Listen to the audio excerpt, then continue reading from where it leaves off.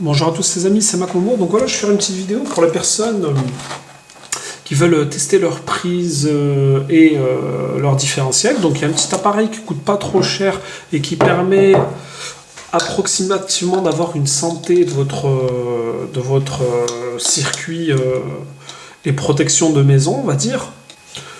Donc cet élément est pas trop mal pour les personnes, on va dire, qui s'y connaissent pas trop.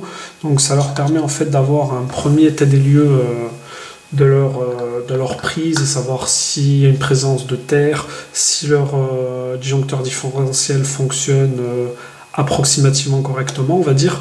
Parce que bon, c'est pas un outil ultra précis, hein, qu'on soit bien d'accord, c'est un produit qui vaut une vingtaine d'euros dans les magasins, donc on n'a pas un produit ultra précis, mais quand même ça permet un peu d'aiguiller et de savoir.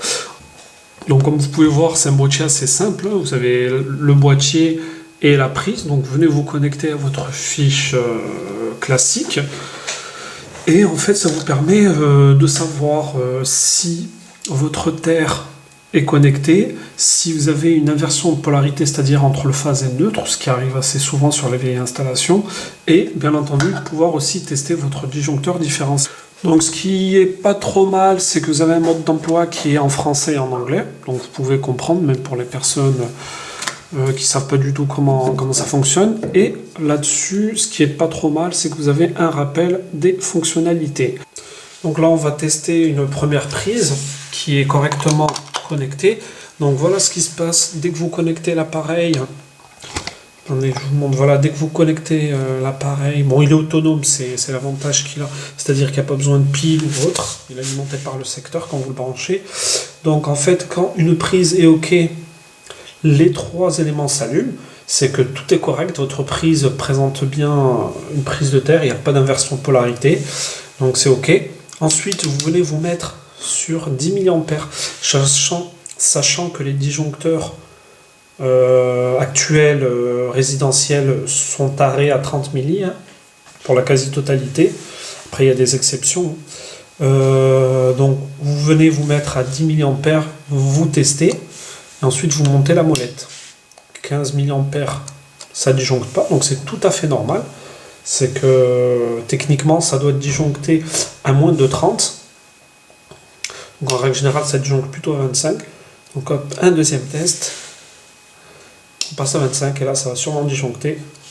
C'est le cas. On est dans le noir total. Donc voilà, comme vous avez pu voir, c'est que mon différentiel a bien déclenché à 25. Donc ça vous permet de savoir que, entre guillemets, votre différentiel fonctionne bien. À savoir que c'est pas une mesure ultra précise, je vais vous dire pourquoi. Parce que si votre circuit est actuellement branché, il porte un défaut, donc ça peut vouloir dire qu'il y a une partie qui est déjà en fuite et que votre différentiel ne déclenche pas réellement à 30. Bon, c'est assez rare, mais ça peut être le cas. Donc c'est pour ça qu'on a une mesure approximative et on sait à peu près si notre circuit fonctionne ou pas. Donc c'est vraiment un bon petit élément de départ pour savoir. Donc voilà, là on va faire un autre test sur une autre prise.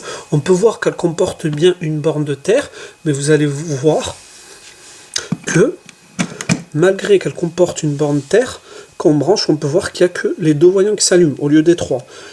Donc quand il y a deux voyants qui s'allument, ça signifie bien pas de terre. Donc cette prise a une absence de terre. Donc à ce moment-là, soit vous y connaissez et vous faites le nécessaire, soit vous appelez un électricien et il vient vous corriger le défaut. Donc là, vous savez que vous avez une prise qui n'est pas protégée. Donc vu que l'appareil fonctionne, pour tester le différentiel, il fonctionne uniquement grâce à la terre.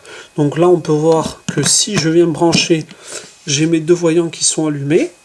Hop, je vais vous montrer, voilà, j'ai mes deux voyants qui sont allumés, donc je me mets bien jusqu'à 30, je vais faire le test direct à 30, on peut voir que ça ne disjoncte pas.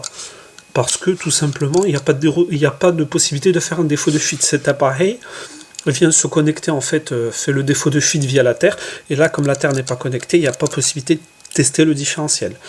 Donc, petite chose également qu'on peut constater, c'est que en branchant cette fameuse prise, donc on peut voir que l'appareil nous dit que tout est OK, mais ça ne signifie pas que, par exemple, là, il nous dit que la Terre est OK, mais ça ne signifie pas que la Terre est de bonne qualité. Qu'est-ce que j'entends par bonne qualité? Vous savez que techniquement, dans dans les résidences, enfin tout ce qui est habitat domestique, vous devez avoir une terre qui doit être à moins de 100 ohms. Donc il doit avoir une résistance à moins de 100 ohms.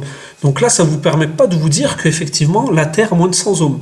Ça vous permet de vous dire qu'effectivement, elle est connectée, mais elle ne vous dit pas qu'elle soit bien aux normes. Donc voilà, ça c'est un élément à prendre en compte. Et je rajouterai une dernière chose concernant le test de différentiel. Effectivement, là on teste le courant de fuite, mais il manque un élément qui, entre guillemets, est assez important dans la sécurité des personnes, c'est le temps de déclenchement en fait. Cet appareil ne permet pas de calculer le temps de déclenchement. Pour cela, il faut des appareils beaucoup plus sophistiqués et beaucoup plus chers, bien entendu. Mais quand même, je reste sur le principe que vaut mieux faire un test, même qui soit, on va dire, approximatif, que ne pas faire de test du tout.